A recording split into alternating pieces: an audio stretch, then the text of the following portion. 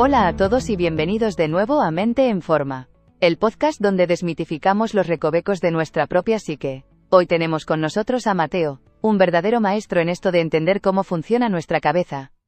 Hola Sofía, gracias por invitarme. Encantado de estar aquí y charlar un rato. El placer es todo nuestro, Mateo. Hoy vamos a sumergirnos en algo que a todos nos suena, pero que a veces se nos escapa: el desapego. Y Mateo, tú tienes una forma muy interesante de verlo, ¿verdad? Sí, la verdad es que sí. He estado dándole vueltas a esto del desapego, y me gusta pensar en él como si fuera un músculo. Uy, ya me has picado la curiosidad. ¿Un músculo? Eso suena a entrenamiento, ¿no? Exactamente. Piensa en esto. Cada vez que eres capaz de soltar un pensamiento que te está dando vueltas, uno de esos que no te dejan en paz, es como si hicieras una repetición de fortaleza para tu mente. ¡Guau! Vaya imagen. Entonces, cuando nos aferramos a algo que nos hace daño, ¿es como no mover ese músculo y se debilita? Justo eso.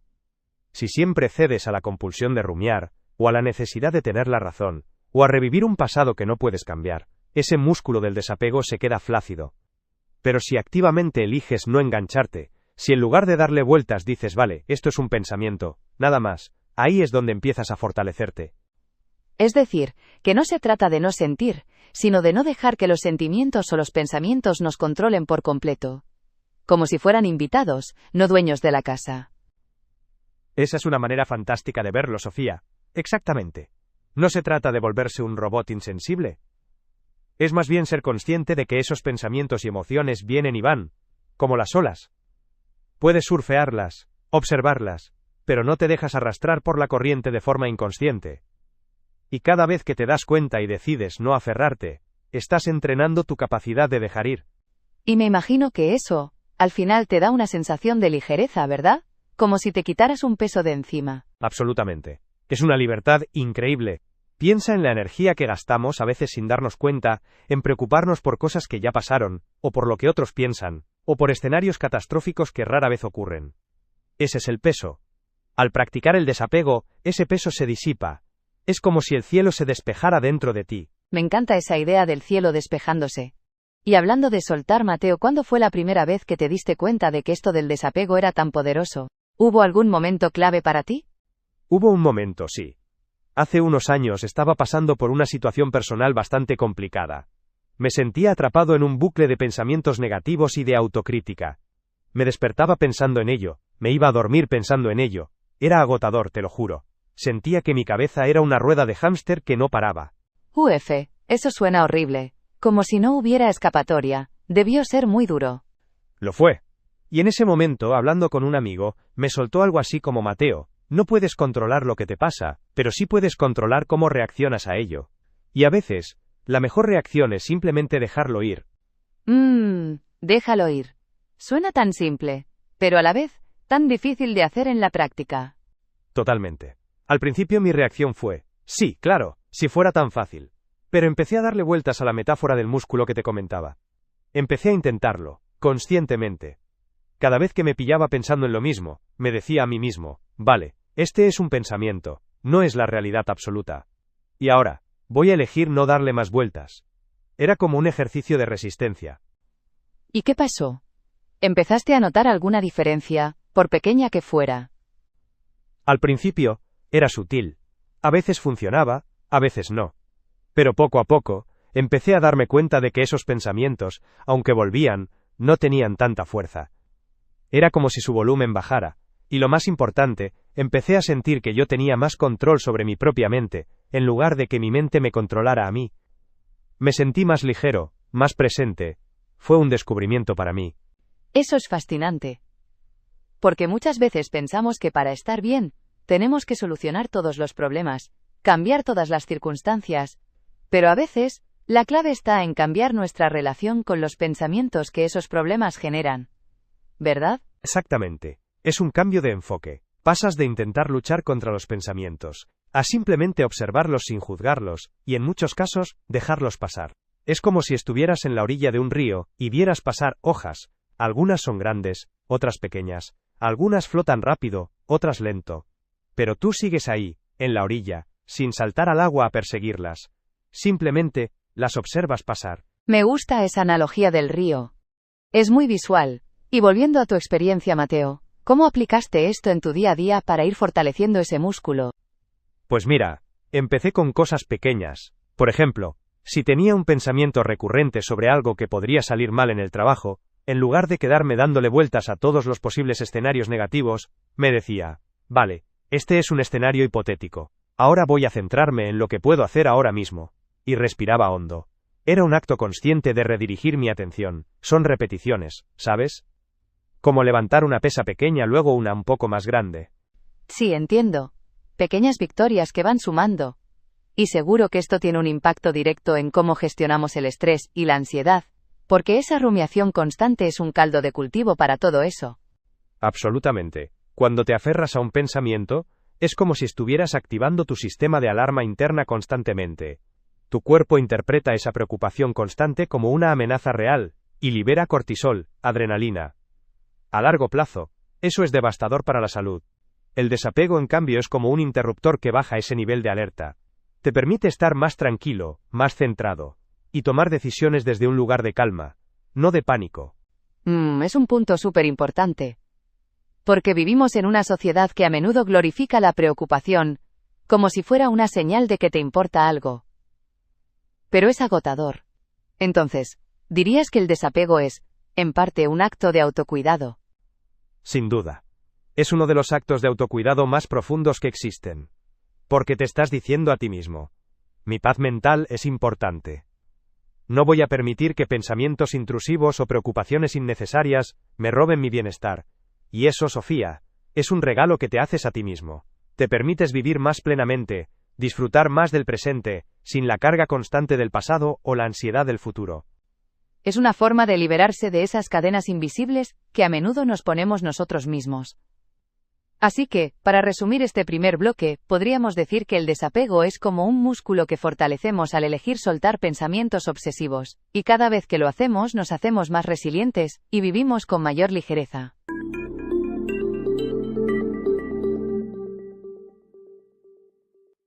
Y ahora que hemos sentado las bases sobre qué es este desapego y cómo podemos empezar a ejercitarlo, Mateo, me gustaría que profundizáramos un poco más en cómo esto se manifiesta en nuestras relaciones. Porque, seamos sinceros, soltar un pensamiento sobre el trabajo es una cosa, pero soltar expectativas o resentimientos hacia alguien cercano, eso es otro nivel. Sí. Las relaciones son, sin duda, uno de los campos de entrenamiento más duros para el músculo del desapego. Porque ahí no solo lidiamos con nuestros propios pensamientos, sino también con las dinámicas interpersonales, las expectativas mutuas y, sobre todo, el miedo a la pérdida o al rechazo. Exacto. A veces nos aferramos a una relación o a cómo creemos que debería ser esa relación, con tanta fuerza que terminamos sofocándola. ¿Cómo entra el desapego aquí? Bien. Volvamos a la idea de que el desapego no es indiferencia. En las relaciones, significa amar y cuidar a la otra persona sin necesidad de controlarla o de que cumpla nuestras expectativas perfectas. Es entender que cada persona es un ser independiente, con sus propios caminos, sus propias decisiones, y que, por mucho que los queramos, no podemos ni debemos dictarles su vida. Es un acto de respeto profundo hacia su autonomía. Entiendo. Como querer a alguien porque es quien es, con sus luces y sus sombras. Y no porque queremos que sea una versión idealizada de sí mismo. Es un poco como cuando queremos que un niño aprenda a caminar solo. No. Le damos la mano al principio, le animamos, pero sabemos que llegará un punto en que tiene que dar esos pasos por sí mismo, aunque se caiga. Esa es una analogía fantástica, Sofía. Exactamente. Le das apoyo, le brindas seguridad, pero respeta su proceso de aprendizaje y su necesidad de autonomía. En las relaciones, esto se traduce en, por ejemplo, no intentar cambiar a tu pareja o a un amigo, no reprocharles constantemente por no hacer las cosas como tú las harías. Es aceptar que tienen su propio ritmo, su propia forma de ser. Y eso, imagino, libera una cantidad enorme de tensión. Porque la presión de tener que ser perfecto para alguien, o de que el otro cumpla tus expectativas, es agotadora. ¿Qué pasa cuando nos aferramos a una relación que ya no funciona, por ejemplo? Ahí es donde el desapego se vuelve crucial, cuando te aferras a una relación que ya te está haciendo daño, por miedo a la soledad, por inercia, o por sentir que has invertido demasiado tiempo. Es como si estuvieras encadenado a algo que te arrastra hacia el fondo. El desapego, en este caso, no significa que no te importe la persona o el tiempo compartido. Significa reconocer que, para tu propio bienestar, y a veces para el suyo también, es necesario soltar. Es como decir, te quiero pero no a costa de mi propia salud mental. Y eso es súper difícil de asumir, porque el miedo a estar solo es muy poderoso. Muy poderoso, sí. Pero es ahí donde el entrenamiento del músculo del desapego entra en juego, cada vez que eliges no aferrarte a un pensamiento de qué voy a hacer sin esta persona, sino que te enfocas en cómo puedo cuidar de mí mismo ahora mismo. Estás fortaleciéndote. Estás construyendo tu propia autosuficiencia emocional. Y esa es una base mucho más sólida que cualquier relación que dependa del miedo. Entonces, el desapego en las relaciones también implica soltar las expectativas sobre cómo debería ser el otro o la relación, y aceptar la realidad de cómo son. Precisamente. Es dejar de luchar contra la realidad y empezar a trabajar con ella.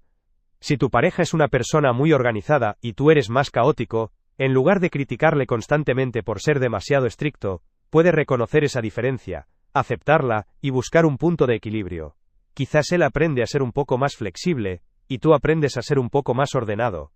Pero si no hay esa voluntad de ambas partes, el desapego te permite decir, vale, somos diferentes, y aunque te quiero, esta diferencia fundamental está causando mucho dolor, y necesito soltar esta expectativa de que cambies, o de que yo cambie radicalmente para encajar.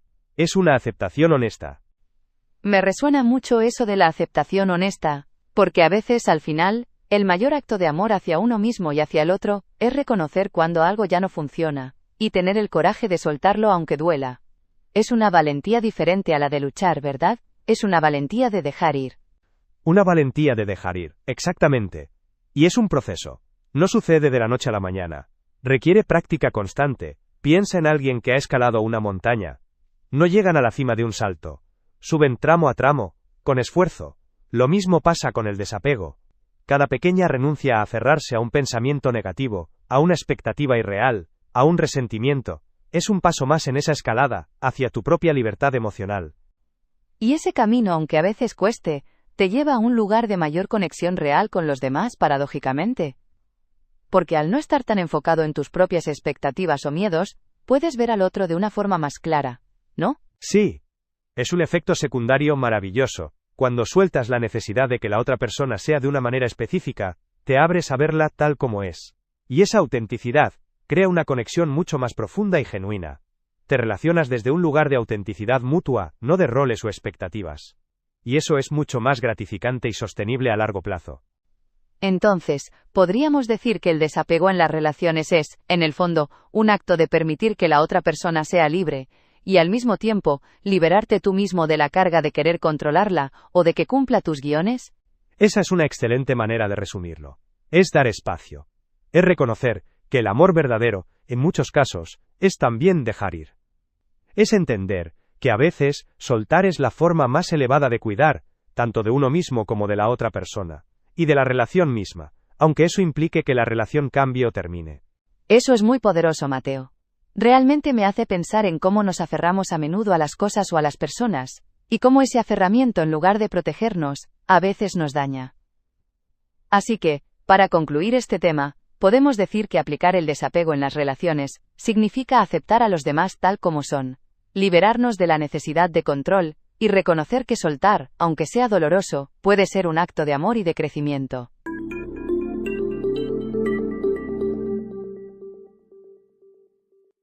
Mateo, ha sido una conversación increíblemente reveladora. Me has dado muchas herramientas para pensar y sobre todo para sentir. Esa idea del desapego como un músculo que ejercitamos, la imagen del río, y cómo aplicarlo en las relaciones, ha sido realmente esclarecedor. Gracias a ti, Sofía. Me alegra mucho que la conversación haya sido útil. Al final, se trata de herramientas prácticas para vivir un poco mejor, ¿no? Y creo que hemos tocado puntos importantes. Totalmente. Y para nuestra audiencia, que sé que están ahí escuchando y seguramente identificándose con muchas de estas situaciones, me gustaría lanzarles una pequeña invitación, un llamado a la acción, como decimos en el podcast. Me encanta la idea. Piensa en un pensamiento o una situación que te esté dando vueltas últimamente. Algo a lo que te sientas que te aferras demasiado. Puede ser algo del trabajo, algo personal, una expectativa sobre alguien. Y solo por hoy o por esta semana, intenta hacer esa pequeña repetición de la que hablábamos. Cuando te des cuenta de que te estás aferrando, haz una pausa, respira y conscientemente intenta soltar. No esperes que desaparezca al instante, pero sé consciente de ese acto de elección. Y no te juzgues si no sale perfecto. Recuerda, es un músculo. Requiere práctica. Un pequeño paso cada día suma un montón. Exacto, Mateo. Y nos encantaría saber cómo les va. ¿Les ha funcionado? ¿Se han dado cuenta de pensamientos a los que se aferran? Cuenten con nosotros en los comentarios. Queremos leer sus experiencias, sus retos y sus pequeñas victorias. Y si les ha gustado este episodio y quieren más conversaciones como esta, no olviden seguir Mente en Forma en su plataforma de podcast favorita. Su apoyo significa muchísimo para nosotros. Eso es. Compartan sus pensamientos, sus reflexiones. Porque al final, todos estamos aprendiendo juntos en este viaje. Y no hay nada más sanador que saber que no estamos solos en nuestras luchas internas. Con esto terminamos el episodio de hoy. Gracias de nuevo, Mateo, por tu sabiduría y tu generosidad. Ha sido un placer absoluto tenerte aquí. El placer ha sido mío, Sofía. Un fuerte abrazo a todos los que nos escuchan. Gracias por escuchar, y nos vemos en el próximo episodio de Mente en Forma.